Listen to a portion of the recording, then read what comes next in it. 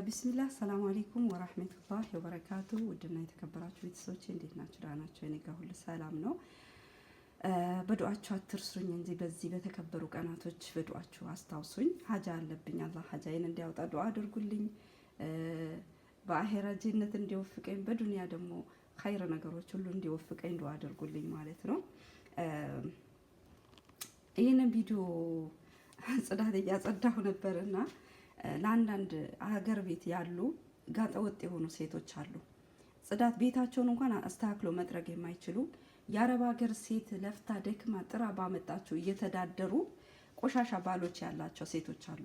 ባሎቻቸው ሰርቶ መምጣት ስለማይችሉ ያጎታቸው ልጅ ይሁን እህታቸው ትሆን ያክስታቸው ልጅ ትሆን በአማናነት አምኖ የአረብ ሀገር ሴት ያው ሰውን ማመን ያበዛሉ። አምኖ የሰጧቸውን ንብረት በራሳቸው ስም አድርጎ እያስተዳደራቸው፣ ሚስቶቹ ግን ይሄ እኮ የሱ ንብረት አይደለም ሲባሉ ምንም አላጠፋም እያሉ ለወንዶች የሚከራከሩ ሐላል አምጥተህ አብላኝ ማለት ሲገባቸው በሐራም እያስተዳደራቸው ይሄንን አያችሁት? ይሄ እንደዚህ ቢወለወል አንድ አዋራ የለውማ። አዋራ ቢገኝበት ግን ምን እንደሚከተለን እኛ ነን የምናውቀው። እንደዚህ አድርገን በመላስ የተወለወለ አስመስለን ሰርተን ጥረን ግረን ነው እንጂ የምናመጣው። እኛ እንደናንተ ቁጭ ብለን ቡና እየጠጣን ወሬ እየለፈለፍን አይደለም የምናመጣው ማለት ነው። እንደዚህ አይነት ሴቶች አሉ። አንዳንድ ቤተሰብ ደግሞ ይበለኝ የማይባሉ ቤተሰቦች አሉ። ወላሂ አላህ ብቻ ይፋረዳቸው።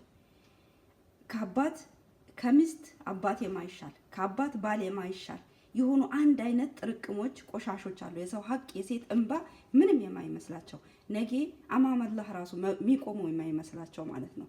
አላህ ግን የፍርዱ ቀን ይፈርዳል።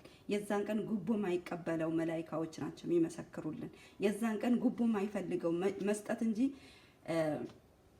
ከሰው የማይወስደው አላህ አይደለም። ጉቦ ማንኛውም ነገር የሚሰጥ እንጂ የሚቀበል ያልሆነው አላህ ሱብሓነሁ ወተዓላ ነው የዛን ቀን ፍርዱን የሚሰጠን ማለት ነው።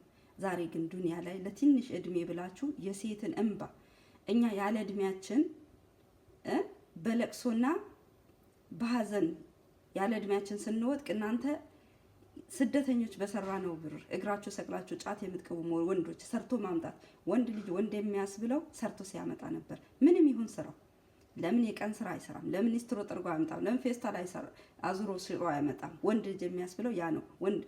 ወንድ ልጅ ሊባል ግዴታ ቢሮ መቀመጥ ወይንም ደግሞ የሆነ ትልቅ ድርጅት ውስጥ ገብቶ ማስተዳደሩ አይደለም።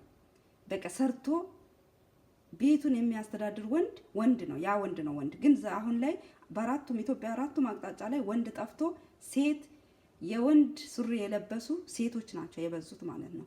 ሴትን እንባ የጠገቡ ሴትን የሚያስለቅሱ መሬት ቢንቀጠቀጥ ምንም የማይመስላቸው አላህ ብቻ ይፍረዳችሁ። ወላሂ አላህ ይፍረዳችሁ።